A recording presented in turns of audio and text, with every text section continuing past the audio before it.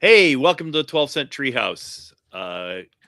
Today we are going to be talking about monsters, working on monsters, and who's your favorite monster, and does working on a monster make him your favorite monster? Which is, a lot of government workers answer that question. I'm Sean McLaughlin, writer, producer, and animation. Wrote some comics, write a bunch of other stuff, and with me, as always, are the other fellas. Jeff I'm Johnson. Jeff Johnson. I'm a old school comic artist and storyboard artist. Worked on tons and tons of stuff. And then over there is Scott. Hey, I'm Scott Collins. I've worked on most of the major stuff for Marvel and DC, done some other stuff too at Lucasfilm and Godzilla and stuff. And Patra, as you see below. Yeah. And then last but not least is our buddy and cohort, Stephen B. Jones. Hi, I am a comic book artist and animation character designer, storyboard artist, and storyboard revision artist. Today we're going to talk about monsters. Right? And Sean, you had one of your favorites was Frankenstein, right? Yeah. I liked Frankenstein in almost all of his. Hey, that's not a Thanks. monster. They're hard. How did that Thank- sneak in there? Thanks, Scott. That is a book I did a very long time ago, and there are a lot of dragons in it. See? Still And works. those are monsters too. But I think one of the things that I think is fun, because when we talked about doing this episode, the idea of My monsters. favorite. Oh yeah, Popo. He was a monster. Is how we define monsters. Like, because my first thought was, Godzilla and King Kong and Gamera and that kind of monster. But then Scott and Sean sort of leaned heavily into the Hulk and Frankenstein and Man Thing. I thought like, oh, that's interesting. That a different kind of monster. So how would you, Sean? How would you just define a monster? To me, the first thing that comes to mind when you say that is Godzilla. Again, Godzilla, Kong, and the Universal monsters. Right. To me, they tend to be characters that are outcast. I think many of them are misunderstood. I mean, even Dracula, the embodiment of evil, he just needs to eat. Guy just needs Right. lunch. He's just thirsty. And the best of them sort of. Technically, he's more of a dinner guy. That's true. That's right, because you have wine at dinner, and as we all know, Right. he doesn't It's drink a supper. wine. Yeah. But they're misunderstood, and they I think the best ones bring something from our subconscious out. The idea of Frankenstein is it life, is it not life, what makes life, what makes something alive, and then once you make something alive, how much responsibility do you bear for that? Right. Dracula is eternal youth, which is a dream of everybody. Is it worth it? Kong here's something that's incredibly powerful but impossible to control. And Godzilla is the same thing. Especially if you've seen Gojira, the original Japanese picture, which is Right. terrifying as opposed to what most of the Godzillas that are done now. It's the bomb basically wakes this thing up. So Right. they reveal something about the psyche. And So the monster- I'm gonna go down on record and saying I'm not really a big horror fan, but I am a big monster fan. Well, I do. I think you're right. The monsters, like, especially when I think of a monster, I do think of almost a destructive, either physical or psychological force. That we're using a visual metaphor for. Like Godzilla, clearly that fear of the bomb. Dragons in every culture, the fear of the unknown or the uncontrollable elements, and then Frankenstein, definitely fear of death and lost love and all of that. So, yeah, it's interesting to think of how you define a monster, what persons think of first when you say monster, right? Like, because Fin Fang Foom is a monster, but he's also in my mind kind of just a cool, like, I never think of him as monstrous, even though he's a crazy dragon. Really, because that was one of the first things I thought of. Yeah, but he's definitely monstrous, but like he's in my mind, he's just such a We're artists, Jeff. Yeah, he's just such a cool. We just love the visual and the fun of it and everything else. He's such a cool design. I just think of him as awesome. I just think of him as like, oh, what a cool looking creature, right? But he's not Yep. monstrous to me because I guess on some level for me, a monster has to be kind of misshapen or ugly or wounded in a way. And Fing Fang Foom and most dragons are just kind of epic. Yeah, and dicks. And yeah, absolute dicks. Hey Scott, what are you drawing there? So I wound up in this conversation last night with my son, talking about different villains and whatnot, and I found it was just perfect for the show tonight. This is the Ultra Humanite, my version God, of him. I thought anyway. it was the Ultra Humanite. I mean, the spikes are a little bit of a giveaway. Yeah, Right. he didn't, he didn't hide his interests. It was this, and straight down to the leather bar in the East Village. And this is yes. obviously more of like an 80s version from George Perez that he had done. So he's in the gorilla body and he's got the armor whole suit on, stuff like that. But he started off as, I think he was actually before Savannah. He was the original bald evil scientist kind of deal for Superman. But then he was quickly replaced within a year or two in the Superman books by Lex Luthor. I think they had finally killed him off and stuff. But I just found his design that George Perez had done, this whole gorilla. He's an albino gorilla with the red armor. So my 10-year-old brain just absolutely explodes every time I see him, thinking he's just so much fun and cool to draw. Yeah. Though, I mean, when you mention the monster stuff, I completely agree with all you're saying, including the idea that monsters or the horror stuff that we do, it's all reflections of us, just like a romance book or any other thing we're doing, a science fiction book or whatnot. So it's got to reflect us in some ways of our deepest fears or the things that, we wish we could get away with, or we wish we could be the big Hulk guy who wasn't afraid of the bullies down the street or whatever it would be. This guy, I wish there was actually, to Sean's point, more of an emotional story that I understood for him, like what they did with the WB stuff, like what they did with I want to call him Frozone. Oh my god! Titano? No, the Mr. freezing Freeze. villain, Mr. Oh, Freeze. Mr. Freeze. Mr. Oh, yeah. Freeze. They turned that B/C level villain for Batman that was mostly ignored most of the time into one of the A-class villains for Batman by giving him that emotional story that was going on about him and his wife and all that stuff. Yeah. Incredibly great turnaround for that character. And I think This is how guys like I this, even though he's a great remember. monster, exactly.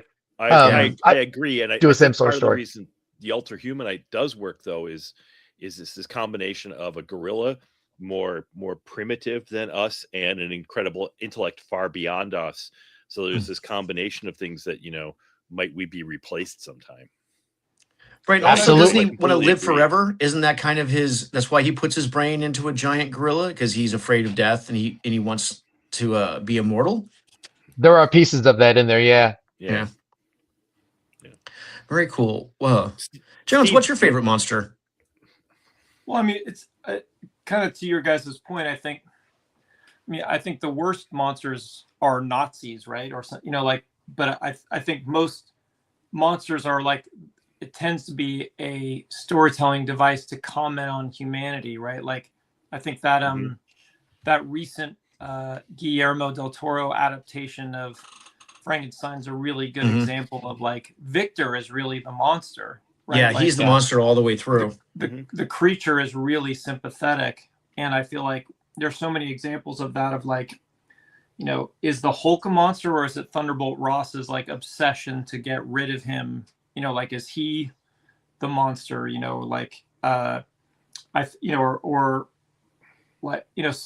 There's just such a running theme with like, whether it's like that certain version of the Hulk, whether it's Ben Grimm, whether it's Hellboy, where it's like these creatures that ostensibly look inhuman and look like they could never be, fit in and be part of society, are very often like the ones that have the reveal and have a much deeper humanity, and they're very often, chased and plagued and sought after by. That's definitely Kong, right? Like it's the inhumanity of wanting to lock him up and exploit him. Right. Which is actually even better. I didn't realize it, but that's even better done in Mighty Joe Young. But you're dead on, Steve. Or even something. I guess my daughter just got into, like, we just watched like her baby step way into watching horror stuff is to watch reaction videos of it on YouTube. So we just watched like a reaction video of Friday the 13th. And I was sort of Cool. reminded of like, oh, right. Like Jason's origin is a good kind of monster origin, you know, where it's like his mom is obsessed with, I mean, it even ties in the whole like why lust is bad and why the lustful must be punished in horror movies. You know, it's that two camp counselors were fooling around and neglecting her son Jason, and Jason drowned, you know, and so then she's punishing all the camp counselor, the frisky teenage camp counselors.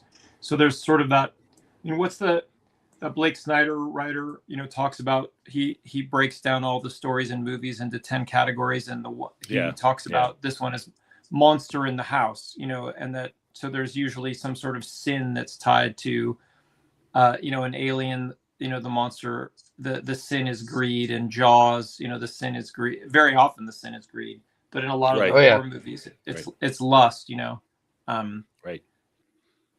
And then the Hulk is that as well, because you have the brain separating from the brawn for a large portion of the Hulk's history. And in the early stories, isn't Bruce Banner being picked on by Ross and the other soldiers and stuff because he's such a milquetoast? Yeah. I think that is literally the word that is used. I think maybe it's not pencil neck. I feel like it is milquetoast or milksop. Milksop. Oh, milksop, right. Milksop. Yeah. Good. Stan was talking to my grandmother that day.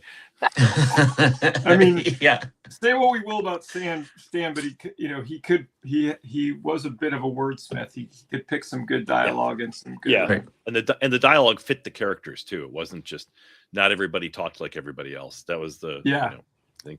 So what's going on with this Hulk cover here? Because I didn't ever follow the book that much, to tell you the truth. But Scott's been reading. Scott's much more of a Hulk aficionado than I am, because Scott, that was your first comic, right? The Hulk.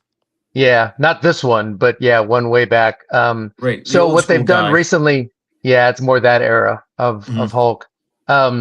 With the new stuff, what they've decided has been working with fans is to do this body horror stuff that's almost like from The Thing, where his transformations and a lot of his villains that are transforming really do this gross body mutation kind of stuff as they transform and do things. Sometimes separating Banner from him and sometimes not. I think right now there's another version where he's purple and he's got a giant rip down his body. And some villains have taken him over, and Bruce Banner has been kicked out, but they've got the Hulk body. But this is what they've leaned. Yeah, that one. But they've really leaned into that for like the last, I don't know, at least like 6 to 10 years or something like that. And for as best I know, that's been working really well with the fans. That's how they can sort of do this new take or something of a new take for Hulk stuff.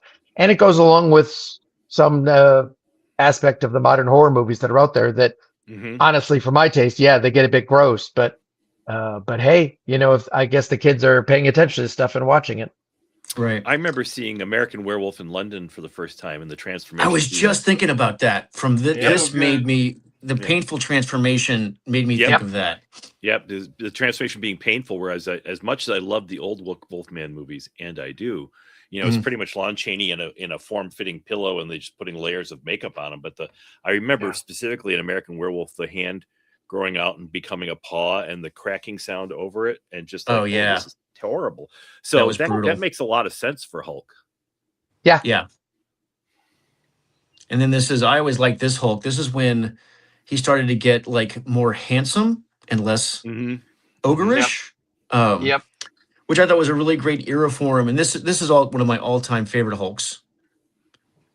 Oh yeah, the Scott Collins Hulk, because to me it harkens back to that old. He's just big and he's a lummox to be sure, but also there's just something like gentle about him. You know, he looks so wounded. He's almost your friendly neighborhood Hulk. Exactly. Yeah. It's a good technique, Scott. Yeah, thank you. Yeah. Oh, I should have had you upload some of the Michael Golden Marvel Fanfare Hulk. Oh, that's some of the best Hulk stuff ever.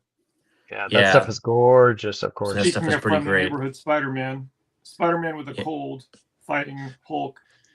Yeah. Great Well, that's one story thing- in that issue. in Montreal, fighting Hulk, right? Yeah. No, it's New York City. It's New York. Is it?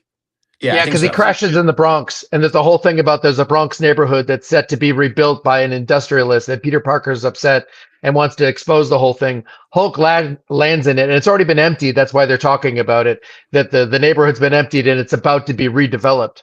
But Hulk crashes into it, demolishes most of the neighborhood.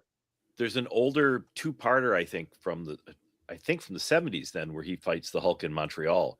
Peter's Oh, yeah, to probably. Montreal on a photo assignment, and Bruce Banner is there, and something pisses Bruce off.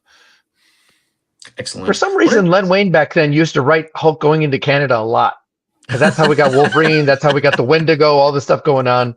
Len Wein kept like running him going into Canada. I don't know if he's trying to get rid of him or if he's picking on Canadians. I don't know what he's doing. I think the artist just got sick of drawing New York.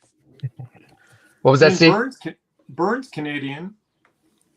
Yeah, Yep.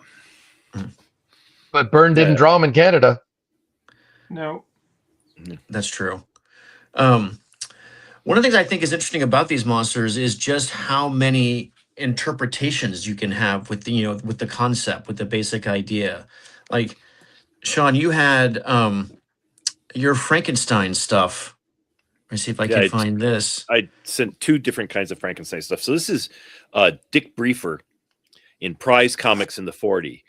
Mhm. And they originally started it as a backup feature. I think Prize had the Black Terror and the superhero boy duo, honest to God, Yank and Doodle was the name of the team.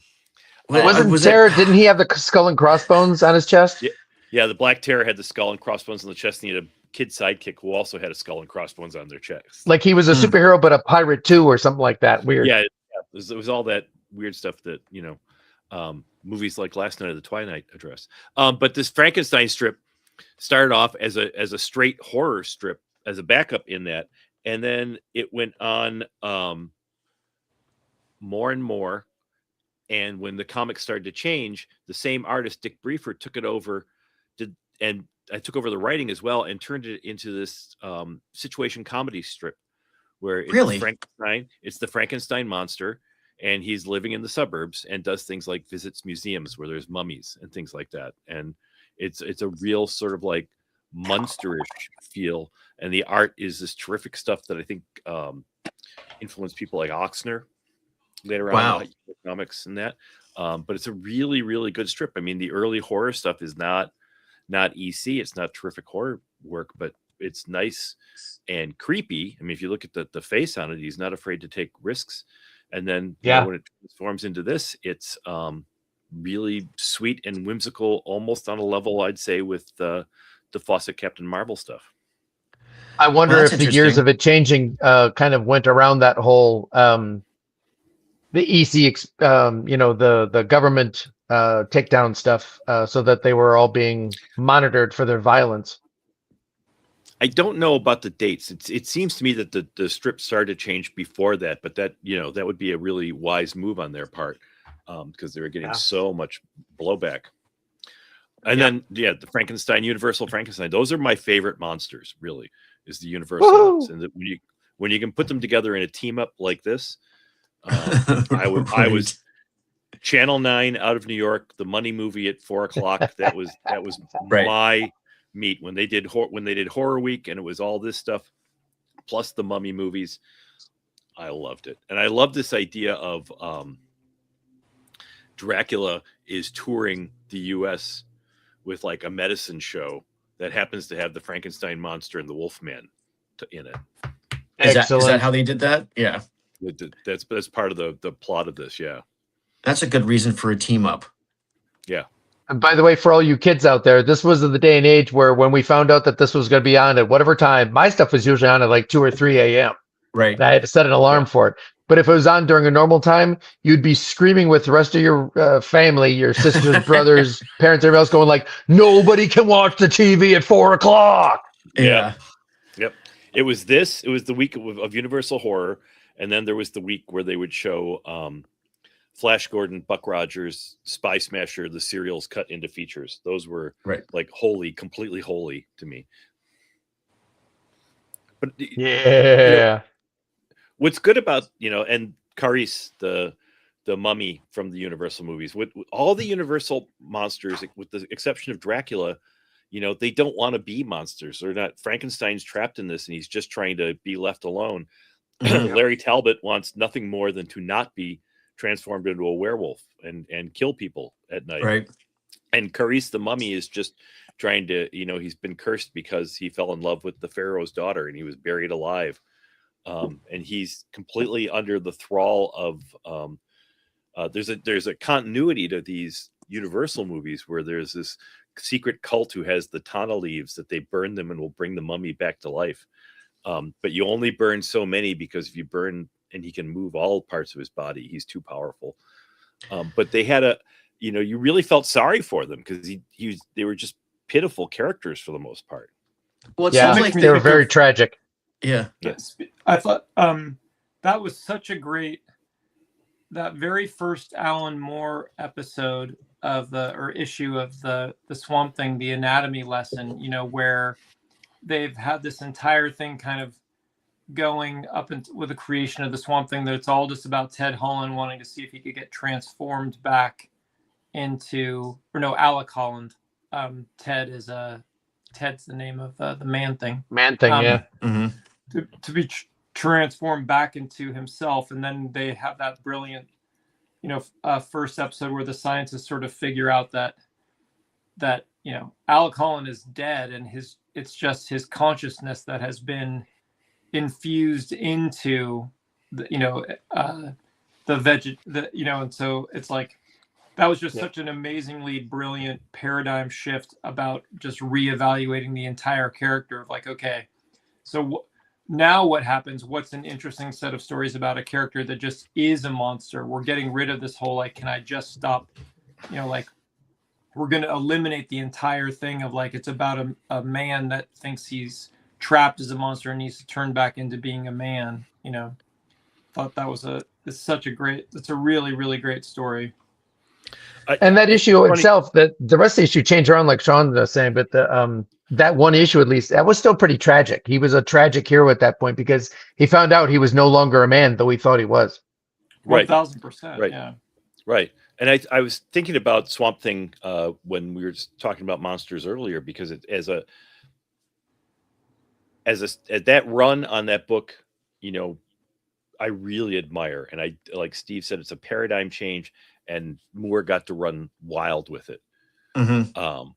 But I do think it changed him from more of a monster character into almost more of a superhero character in a way, which is not bad, but it just, to me, it was a shift in how we looked at the story. He was in sort of like this dark world with Arcane and the monsters and stuff, but he never seemed like he was a monster anymore. Well, I feel like to me, I almost, I hear what you're saying. I kind of feel though that, Alan Moore went in so many really interesting supernatural. That's where John Constantine is created, is in those books. And then he even went into that amazing era where he shifted his intelligence off planet, and it went sci-fi. And that is just an incredible, incredible run. If Alan Moore had never done any other thing except that Swamp Thing run, it would still be like, spectacular. But to your point, Sean, I feel like it's almost more than after Alan was gone, for a while you had other people coming in sort of trying to carry on from it and stuff. But in the end, in a way, it was almost like then they kind of brought him back into the regular DC, the spooky part of the DCU, because they're like, well, now we don't know what else to do. For a while, for a while they tried to bifurcate everything Vertigo, what would become Vertigo-ish, away from the DC universe. But I kind of enjoyed how, even in the beginning of Sandman, that it was like everything in the Vertigo universe still existed within the greater DC universe and continuity. And I think it's kind of gone back to that to some degree now, but it was almost like there was a little bit like, hey, we're getting so much respect now from, the non-comic book press, that we want to like distance ourselves from those bright people in their underpants, Yeah. Well, you guys talked about Swamp Thing. One of the ones you guys mentioned, who I love, and recently even came up a lot recently at convention for some reason, is the Man Thing. Yeah. Right, like this guy. Oh yeah, Whoever knows fear shall burn Exactly. in the Man-Thing's touch. Yeah, What was And the that's first- why, you know, that's why I really like this character, because the whole, I mean, it's an anthology series, right? Really, right? It's more the Man Thing stumbles into other people's lives, but he's drawn by emotion, and the Man Thing himself is sort of a cipher, and you sort of, but pitiful, really pitiful in a way, Right. but drawn to strong emotion. And then what Steve says, whatever knows fear burns at the Man Thing's touch. Fear is a dangerous emotion, and the Man Thing inhabits that. And I think a lot of comic writers miss the emotion in stories. They don't understand emotion. And My first exposure to Man Thing, I think, was a Marvel team up, Chris Claremont and John Byrne, and oh yeah. Spider-Man. It's a great little. They had a spectacular run, those guys, for about a Mhm. year and a half on Marvel team up. That ended up kind of being my exposure to Spider-Man and the Marvel universe and tons of stuff. But yeah, you're right. That's you make a really good point though, Sean, because since he's so dehumanized, is such a tragic character, that the only way you can tell stories about him is if he's sort of just this, it's like the Hitcher or something. He's just sort of a force in, you know, he comes Right. into people's lives and we tell a story about the other people, the effect he's having, but not himself really that much. Now, wasn't the Right. beginning of Swamp Thing, he couldn't talk either, right? Because Man Thing can't talk, but I think Swamp Thing He at the was very having- beginning could. he was having trouble talking though, right? He couldn't pronounce. think He he didn't know how to could, 'cause- pronounce things. Is that right? Isn't it Bernie Wrightson right from the beginning with something? Isn't Bernie created by Len? It is. Wein? Maybe it's Len- just Len and Bernie. Yeah. there was a short story. They had a Muck Monster short story they did first, and it was so popular they turned it into Swamp Thing. Maybe it Right. was just that Muck Monster short story where he couldn't talk. But yeah, I Yeah. always found that was part of the interesting part about Man Thing is that he can't talk, and I don't think he has thought balloons either. No. Did you and say- they kept it was Gerber, and he purposely kept it a mystery that you always felt. Yep. I mean, I think in some ways it's really good comic book writing, and especially the Plug stuff, a marriage of writing and art. Oh, the Plug stuff is Because- amazing. You always felt there was something going on inside there, but you didn't. Oh, yeah, really yeah. understand Yeah. it. And it's a lot of simple body movement of just the character doing things like this that you're showing stuff that is just tremendous. Sorry, Steve. I thought Michael Giacchino, I mean, what a jerk to be so damn talented after 25 years of doing like award-winning, incredible music. And then the guy's like, oh, by the way, I always wanted to be a director. And then they give him a 1-hour Marvel special presentation where he gets to play in the whole like dark, spooky end of the Marvel universe, and with Werewolf by Night and Man, like we kind of get. I want to see more of that. I want to see more of that universe. Absolutely. Totally. With Giacchino in charge of it, because clearly there was so much love for those characters like Elsa Bloodstone, and I thought they handled Man Thing so well, and I loved how they handled Werewolf by Night. I don't know how they did. I didn't particularly care for the whole thing, but I don't know how they did Man Thing. I love the relationship between the werewolf and Man Thing, and I don't know if it was a puppet or CGI or what, but it blew my mind because that was exactly the way I always saw the character move in my head. Mhm. And The weight of the character is just And they even did a black and white version. You know what Yep. I mean? Like Yep. just I huge- love that black and white universal. version. huge points for thank God that kind of snuck through during that time when there was maybe a little too much Marvel content. On the plus side is you kind of got some stuff like that where that's a little bit it's off topic to discuss Wonder Man, so we'll do that at a different time. But since some of us worked on Wonder Man, he's near and dear to our hearts. He is. Oh, some people think Wonder Man's a monster too. Well, I mean, so one of the things I think is pretty interesting about all the monsters that we have here on the list we're talking about, they're all kind of trapped and all kind of sympathetic victims in a way to their circumstance. So it's not even, Yeah. So it's like like the thing, like their situations are monstrous, but they aren't necessarily, No, have so often- evil intent. Yeah. It really is like that Monster in the House thing where they end up representing a way to comment on other people's inhumanity and true monstrosityness. You know, Right. like Right. that was definitely that whole thing with that Alan Moore Swamp Thing. You know, like they're trying to study him, they're trying to exploit him, they're trying to, you know, like. And that was regular shtick for like half of the Marvel universe for a long time.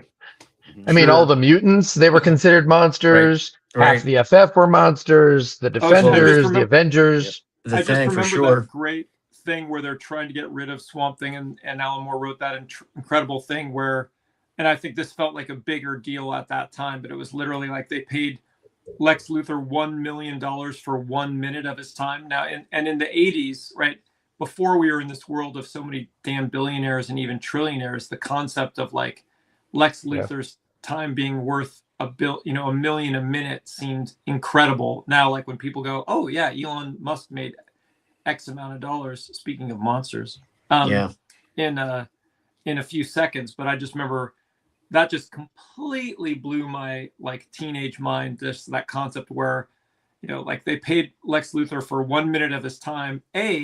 He solved their problem. You know, like in 60 seconds, he said, "This is how you defeat the Swamp Thing." By the way, and then that they gave him $1 million. I just thought that was like some fantastic Lex Luthor writing. Who's arguably Lex Luthor is actually arguably a monster for sure. Yeah, absolutely. Yeah, except that he's eloquent. Right, like that was to set him apart. Like he's not sympathetic; he is a monster. He's presentable. Yeah. So have you guys noticed like more and more of a move away from monsters and more into things like Scream, where it's a human disguised as a monster, but you're clearly human in the whole thing? I mean, I'm trying to think. Just started thinking about pop culture, and I can't think of I never Alien. Paranormal Activity. I don't know what that. I mean, that and The Conjuring. I mean, there definitely are some supernatural elements that are still going on with horror, too. But again, I'm not a huge horror fan either, Sean. So I generally try to avoid this stuff. Weapons did really, really well last year, and I think that had a supernatural element to it. But I don't know because I didn't watch it because I'm too scared. But I'm talking about like monsters, like the Frankenstein monster and the Gill Man and the Wolf Man and anything else that has man in the name of it, apparently. Right. Well, no, it's nice. Clearly, Scott Collins and Guillermo del Toro need to work together because clearly, you know, Guillermo is still continually drawn to monsters, whether it was him just doing Frankenstein or that great Shape of Water that he did is a monster love story, you know. Yep. And then his takes on Hellboy and Hellboy's another good example of someone who's trapped. Is Gollum a monster? That's a good question. I would say so. Well, because he's trapped clearly by circumstance and the magic and whatnot. Well, I think it's interesting because one of the things, but sin, right? Like because the ring represents, you know, the sin is sort of all of this. The ring, the One Ring, is sort of all of the sins wrapped in one, right? Like, and so its corruptive power is such that it turns people into monsters, right? You know, Boromir, you know, like, and such a fascinating thing, right? That Frodo is corrupted too. Like that Frodo is so good, but in the end, he actually still didn't, you know, and he didn't quite make it. Sam was only able to kind of do it, be the hero in a way because he never actually, he just had to carry Frodo, not the ring itself, you know. But yeah, that's absolutely, you know, and the ring race are monsters, you know. Yep. Yeah, humanity blends over the monster really well. Well, yeah. I mean, I think Sean's point about having humans wearing the masks of monsters, you know, it's almost a little too on the nose, you know, for the metaphor, right? Like, because Frankenstein, right? We all need more of the Hobbit's leaf. Have you guys But seen Black Phone, all these things that are out now, it's a lot Yeah. more that it's the guy with the mask. I think some of it might be that it's, you know, it's Hollywood budgeting kind of thing, that it's cheaper to make that mask thing instead of doing a whole monster like Man Thing. Like they must have spent money on that Man Thing for Yeah. I that don't know movie how or they- that episode. I Well, I'll tell appreciate you from you know, in executive speak, is it relatable? Like, how did that happen? Like I the I think it's Frankenstein monster has a flat head and he's wearing these high shoes. Why is that? I also think it's a bunch of, or it's just, it's people. It's not terribly creative, empathetic people sometimes in all of these green light and development-y positions. You know, like so. Oh, yeah. Human monsters are more understandable and explainable to people that you know whose feet are very much on the ground and thinking about the bottom line, you know, rather And, than and who lack certain imagination. Right. And Yeah, so the when only- you work with those people. The only monsters we're really getting these days that are those kind of classic monsters are the ones that have a proven track record. That's why we'll get another Shape of Water, or we'll get Right. another Frankenstein or something like that, because it relates to something that's already has that. It's like them wanting to make a movie out of whatever TV show because it's already got a built-in audience. Yeah. Well, they think the if they have to fantastical- lessens the marketing. yeah, the fantastical elements are only safe being sold to, like, you know, the element that Sean is referring to, like when it's in the childhood realm, you know, then it's a safer area to say, like, okay, this is where you can have the imaginative and Right. the fanciful. But if it's about adults and adult situations, then it's got to be based on some kind of reality. Yeah. Mm. Yeah. And you know what I remember a lot as a kid was like not understanding, like, how does he change into a werewolf? How does the tunnel leaves, and you see the Mummy movies out of order and you haven't seen the first one, and you just dumped into this with the tunnel leaves. You know, how did this happen? And it's just the whole idea that there's much more to this story. Movies seem to be more comfortable with that in the 30s, 40s, 50s, 60s, 70s. Mhm. You know, Well, they you were were a starting kid- those franchises. They were brand new. They just had the faith and they went ahead and spent all that time and energy on them. well, remember, Dracula was a popular novel and had been a really successful stage play for years. Yes. That the stage play was actually was adapted into the movie. Frankenstein was a famous novel and had been filmed in the 20s. You know, and those were the ones that really sort of kicked off the horror. Oh, absolutely. If Dracula hadn't made a lot of money, that probably would have stopped them all. Just like, you know, if Iron Man hadn't made all that money for the first Marvel film, all the rest of them wouldn't have happened. Yep. Right. What year did Mary Shelley write, and was Frankenstein published? 1820 something, 1830 something. I looked it Yeah, up something like recently, that. and I remember it was earlier than I remember, earlier than I had thought. Some people Yeah. consider it to be the first science fiction novel. Oh, because science is used to raise him from the dead, and it's not magic. To make him in that's one Yeah. of the differences too, is in Mary Shelley's novel, he has grown. There are pieces of him, I think, taken from other people, whatnot, but he's literally grown, I think, in like a giant jar and stuff. Or at least pieces of him are grown that way, whatever. He's not just sewn together body parts from corpses. Mm. That's the Great. movie version. Mary Shelley's 1818 mom. was the Wow. publication. Oh, right. yeah, the monarch- 1818. How crazy! Mary Shelley's mom, Mary Wollstonecraft, like her name sounds like a character in a novel. It doesn't sound Yeah, like a real right. person. Right. Yep. Mary Have you seen- Wollstonecraft sounds like someone that fights monsters. You know, That's I guess true. she did. in a way. Absolutely. She's such an important, you know, trying to take on patriarchy 200 years ago. Have you guys seen Penny Dreadful with their version of the creature? I haven't I seen it yet. saw the- No. I saw the first 2 seasons. I think there's so much to like in Penny Dreadful. I think. But so much to like, but but like she's great, and the Frankenstein creature is the best ever. I thought, you know, it was Rory What's- it's Kinnear a really- played him. That's right. Yeah, that really great actor that Yeah. you know has mostly just been kind of like he's been a really, really successful working actor in Britain and in a ton of their films and TV. He was in a few Bond films and stuff. He's never quite broken out over here. I mean, Yeah. And loved, terrific Timothy Dalton and Penny Dreadful's terrific. Yeah, Mhm. he is. Yeah. But the So- creature is pitiful and completely terrifying all at the same time. Yeah. So agreed. Sean, have you written a monster character? No. Jeff and I worked on a horror idea. I don't think I've ever written a monster character that I can think of. That's unusual. I always had an idea. I always wanted to do take House of Frankenstein and do it set in the West, where Dracula is going across the West with the medicine show that's full of the creatures and mayhem ensues. So based on kind of the movies, those original. yeah, Yeah, those awesome. but use those versions of it. Yeah, but no, I never wrote. Did a you monster mention? character. Did you mention Penny Dreadful, Sean? Oh, hang on a second. Hang on. Wait. There we go. Great. Yep. Oh, smartly done. Smartly Yeah. done. Oh yeah, those are great. God, great cartoons of those characters, Steve. Thanks. I got. Let's see. I think I did all of the characters, but in my little booklet, I might have only, and then I did these two. Oh, nice.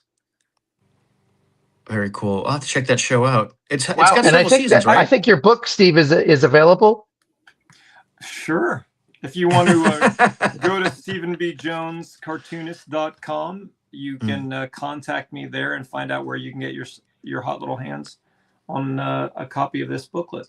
And if That's you want right, to pair me baby. with, I'll do a sketch. It's in got there. tons of great art in it. Thank you, sir. Yeah, I think you really like that show, Jeff. It's fun. Fun's maybe not the right word, but it is cool. Yeah. All right.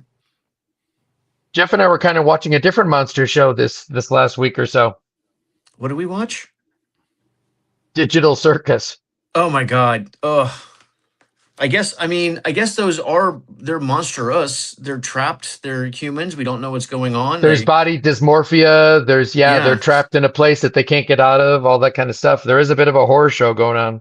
I do I've recommend never- that show to anyone who feels a little too sane at any given moment. Oh, you know what I found out today? Recommend Yeah. this to me. The last episode of this Digital Circus, episode 8 or 9, that's Mhm. going to wrap it all up. Not only has it been YouTube exclusive, all this other kind of stuff, and then later broadcast on Netflix. My daughter just told me today that it's now been announced that it's going to be in the theaters. It's going to be in the theaters first. The new episode? The new episode is going to be in the theaters first for like one night or something like that, a very limited engagement. Yikes. Oh, like they did. I think they did it with Stranger Things too. There you Ugh. go. Where is it? Where is it? It's on I YouTube. guess Okay. No, The Demi- Digital Circus is on YouTube, but it's on Netflix as well. Yeah. Okay. Most of them. the Demigorgon is definitely a monster in the Stranger Things. Oh yeah. Oh, yeah. Yeah. That's a good monster. So what do you think the difference between a monster and a creature is? I don't know, because Frankenstein's monster isn't in the book. Isn't he always just referred to as the creature? Yeah. He is. I think in modern terms, we might label it different in that creatures aren't usually they're that much more inhuman in their appearance, but Yeah. also I think personality wise, they're not usually as relatable. They don't have people backstories or whatever else going on with them. But I think that's mostly just a modern, fabrication of using the term and stuff. Monster originally, whatever translated, I believe I read, was mostly coming from Greek stuff. And the idea of something being called a monster was as something that was a bad omen. Mm. So if you had a goat that had a misshapen face or whatever, or a wrong horn or whatever thing going on, they'd call it a monster only in the idea they thought it was a bad omen and therefore it was going to cause a bad crop, a bad year, a bad this, a bad, Right. something would happen with the river or whatever it was. But those were called, that's what monster came from, as I understand it. Well, the Minotaur is a monster, but like say, Medusa, you could argue is a monster, though Medusa is an example of someone that just got shafted by the gods, right? Like Cursed, yep. But that's a lot of monsters are cursed in a way. Like Larry Talbot's cursed in The Wolfman. Right. Yep. So yeah, but Medusa, I didn't know that about Medusa. I always just knew her as the Gorgon that Jason slays. She was uppity. Yep. No, but I think that, I mean, there's depends on the version of the story. I think there's a version where she is sexually assaulted by Poseidon, but in the temple of in Temple of Did Zeus. Aphrodite's in Athena's temple. So then Athena Oh, curses her, even though really she's the victim. You know, so it's Right. that much more of a messed up story. oh yeah. But I don't remember.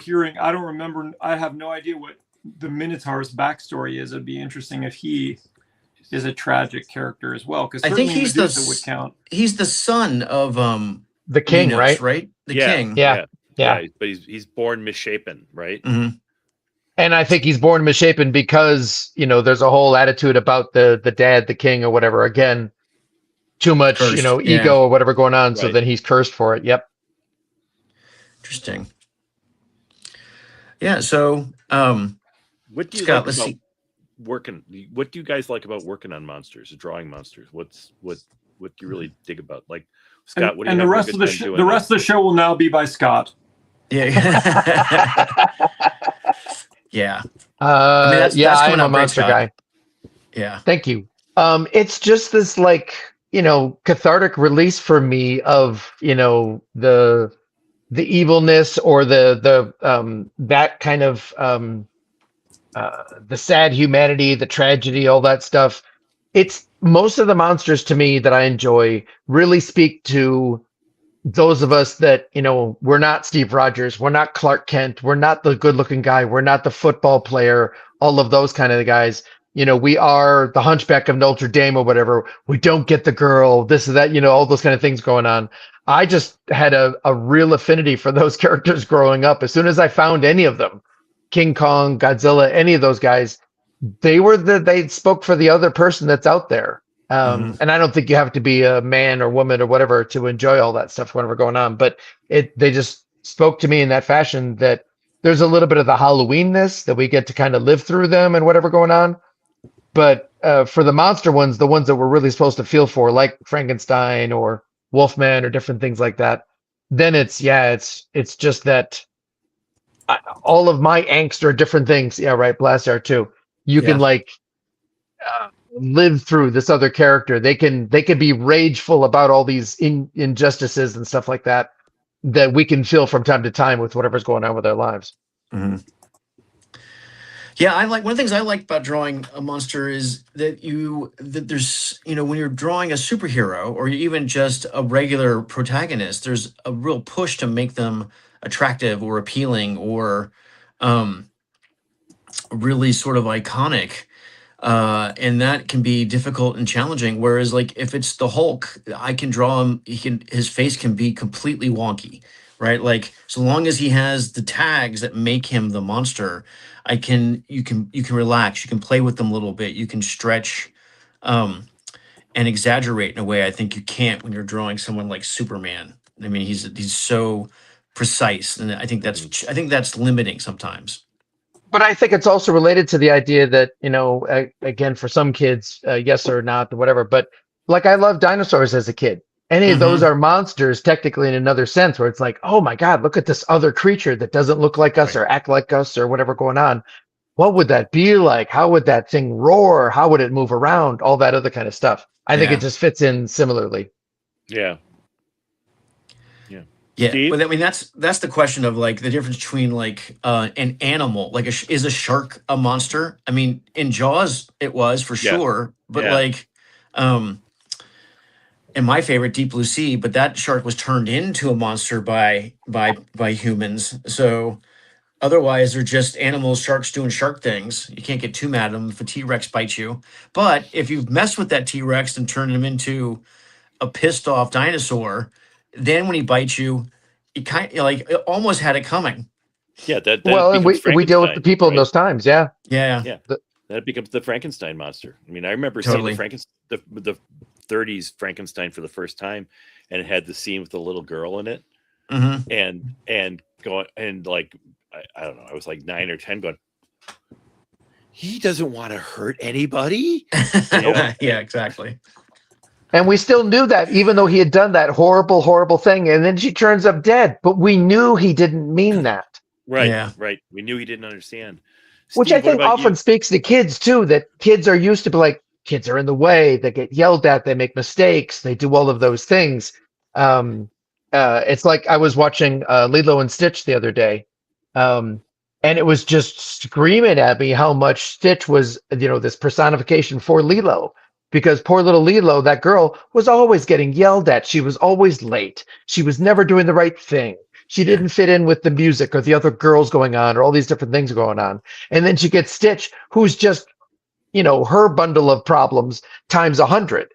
So Yeah. where he goes, he just breaks everything. So that Lilo at one point is even the one going like, "Oh my God, Stitch, can you just stop it? Wherever you go, you ruin everything."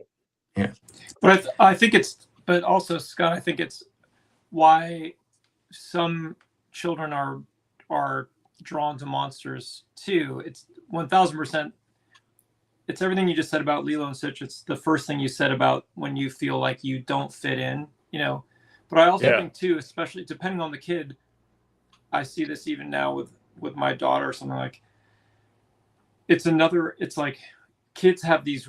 A lot of kids have these really, really, really big feelings, and especially when they get angry or Yep. frustrated or something. And so there's kind of, and then like part of learning to be a human, part of civilization is that you can't just hit the people that you love when you're upset with them, or and so it's kind of like, I think that's a maybe another power of the monster too, and that's the other part of it with it's like, because Lilo does hit those girls, and Stitch And sort of bite. Yep. Stitch personifies that, Yeah, where it's like, yeah. we're just beginning to deal with that a little bit now with our daughter, where it's like, oh, she's mad and now she just hauled off and smacked, and you're like, yeah, okay, can't really do that. It's like, Right. I know you're feeling these giant big feelings right now, and it's not Yep. wrong to feel them, but so I think that can be an added thing that draws you to the Hulk, or Absolutely. or what Sean's saying about like where we know Frank didn't mean to do it. It's like sometimes you're a big kid and you do cause this harm because you just don't feel like you can hold back your feelings, but that harm might have really hurt someone. It could even be irrevocable, Yep. Yep. Yeah, that's And interesting. that's part of the tragedy of those monsters. Yep. right. Not- the I just- accidental consequences. Yeah. Well, I just Talbot was remember- always worried about who he bit, who he ate. He was just guilt-ridden about the idea that he harmed anybody while he was the wolf. Yeah. And that he knew he was going to do it. Yep. Yeah. I just thought I did do one monster project. I wrote for a low budget company. I wrote an adaptation of Jekyll and Hyde. Oh, cool. Oh, cool. That never got made. It was set in the modern day, and I took the Nutty Professor and just turned it back into Jekyll and Hyde, where he turns into the smooth guy and goes out at night and becomes a serial murderer. Hey. But I read the original novel, which I had never done before, and Mr. Hyde is not this big burly monster. He's a little they describe him as a homunculus. Yeah. He's loosing the animal part of Jekyll, and it's not. I thought, wow, it'd be really cool because nobody's filmed this, and then I finished the book and went, there's a reason why nobody's filmed it like this, because it just won't work. But it was a shocking idea of what a monster could be. The monster was just this personification of bad feelings, pretty much. Well, yeah, I mean, it's interesting just how much that we've turned like good comic book characters. A lot of them are monsters. Like one of my all-time, like I love The Thing, but I love Ben Grimm just because like I just love the idea that he doesn't want to be this. And whenever I draw Ben, I always think of him as being rocks and definitely having that is his skin, but also it's his whole body. Like occasionally you'll see him like the rocks come off and like there's meat underneath. I can't. That's not how I picture him. I picture him as being actually the rock. Yeah. Yeah. The other thing I can't deal with that either. Gross. Yeah, it's just too gross. I can't handle it. Yeah. And what Scott was saying about the way you feel when you're a teenager and you're an outcast, Ben Grimm really hit home with me as an early teen. Ben Grimm and the John Romita Spider-Man reprints. That was my life preserver. as a early teen. Well, it's also one of those things with Thing that it was presented even more than it was in the Hulk, which was more almost like the Universal monsters. Was that Thing had Alicia Masters? We knew it constantly that he was in love with Alicia, but felt like he couldn't love her if he wasn't the Thing. But then he didn't want to be the Thing, and it was very much wrapped up in that whole romance, love affair, and self, idealization of what he wanted to be, Right. kind of a deal. Right. Much more than even in the Hulk. The Hulk had Betty, but wasn't there all the time. Quite often, Hulk was just off on his own, and Betty wasn't around. But with Right. Thing, it was like every time they even talked about the change or anything going on, we knew that part of the problem was how he just couldn't deal with himself and Alicia without Yep. this problem being in there. And it's also, it hits when you're in puberty, because it's, I want to be a man, but I don't want to be a man. But I want to be a man, but I don't want to be a man. And you're Yep. going back and forth, and you see, I mean, even in the early comics, Ben sees the positives to being the Thing, but also, he wants to be a person. There's that series in the 70s with Buckler where he turns back into Ben, but Reed builds him a robot Yeah. Thing suit that he can get inside and still go on the Mm. adventures. So there's these Yep. shots where he's holding his head while the little Ben human head is talking. Yep. That was some wacky fun. Well, Scott, looks like you've That's that's amazing. done. Yeah, that came out great. Just about. I think there's gonna be some whiteout that I'm gonna play with it on, but yeah, during the show, I was hoping, that's why I did all the line work first, was hoping that I could at least get this gray tone done during the show. I Yeah. feel like it could use some slightly more dramatic lighting, maybe, but Yeah, I mean, other I I than should love that keep there's that in kinda like- mind, shouldn't I? yeah, there's kind of like a spotlight on his massive brain that just really draws your eye to all the brain-like folds in his skull. It's so cool. Are they doing anything with him now? I'm sorry, I'm not up on current. No comics, idea. except here and there. I looked online at some stuff, and they had some things that mentioned that weren't like that old, that were like maybe 5 years ago, 3 years ago. They might have done something with him. Like they had stuff done that was post-crisis that was listed during Rebirth. There have been some uses of him, but I don't know if they're actually using him like today or not, kind of deal. They should, That- though. I think he's a phenomenal design that just Yeah. needs a really cool emotional core story to take him all the way through and be an A-level villain. I Right. thought two of the strongest villains that came out of that Justice League run were bringing back Ultra Humanite and Per Degaton. Paradegaton. Yeah. What? I love him too. You guys are swimming in deeper waters than I can handle. I don't know who that is. I'm not remembering that guy at all. A Justice Jeff, did you ever Society draw a villain. monster story? I mean, not specifically. I've done, I did, in Way of the Rat, there's a lot of dragons, and the main con gets turned into a dragon monster at the end. But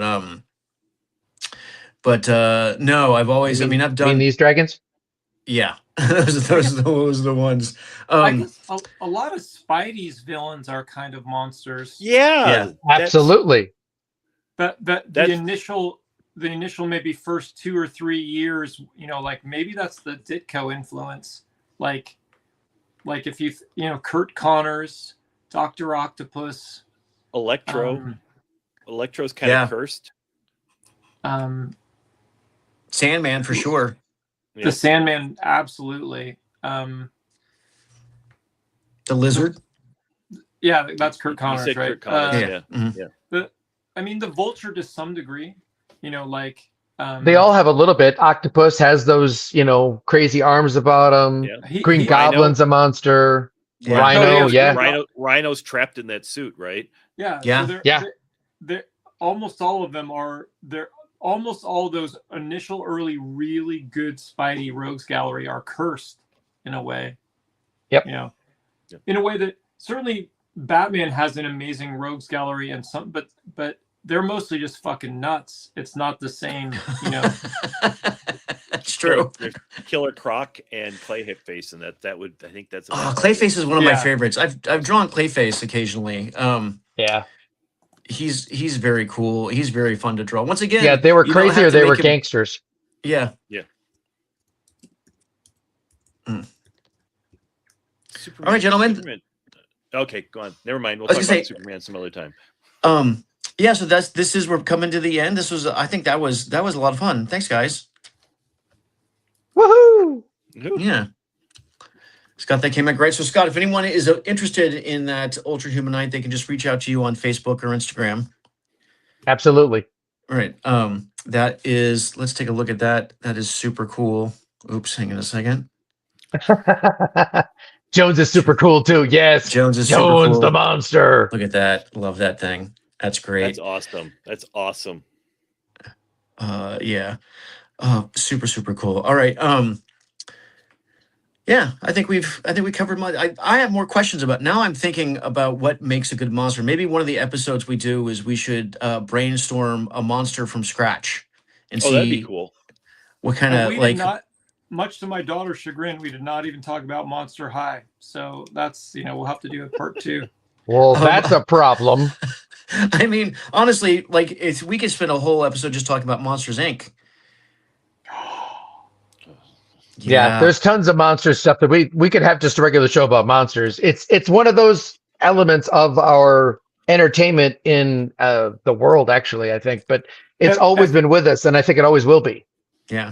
FYI, listeners, it might be that Scott has been telling us every week that we should do a separate show just about monsters. But Just about monsters, yeah. maybe I'm all for monsters. I haven't opened those emails. the one with the subject line that says Monsters. "Monster Show now." Now, I monsters. stopped opening after the first 5. Yeah. That's fair. That's fair. All right, gang. Well, we will see everyone next week, and we will talk about something also interesting. We don't know what it What is should we yet. talk about? Maybe you should send us a note. Yeah. If anyone wants to respond on any of the episodes and leave your suggestions, we will probably read them.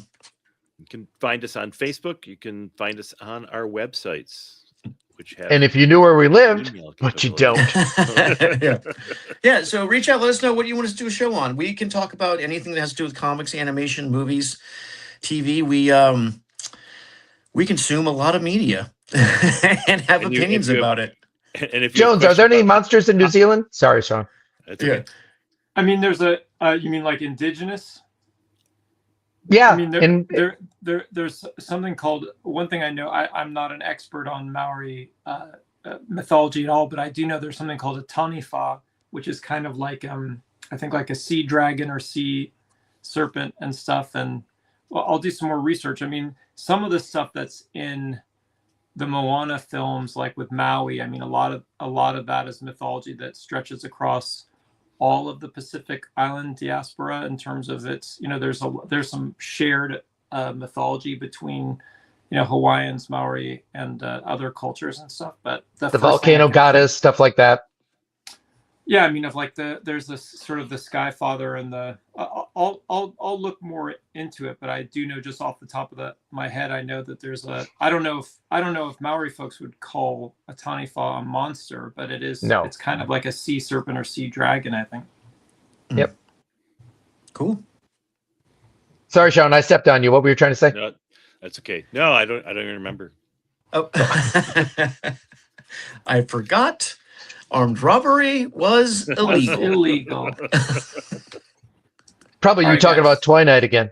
Yeah. Oh yeah, Probably. Twilight. How's that going? A lot of people are taking a view at it, right? We've got last time I looked, Thousands it of was views.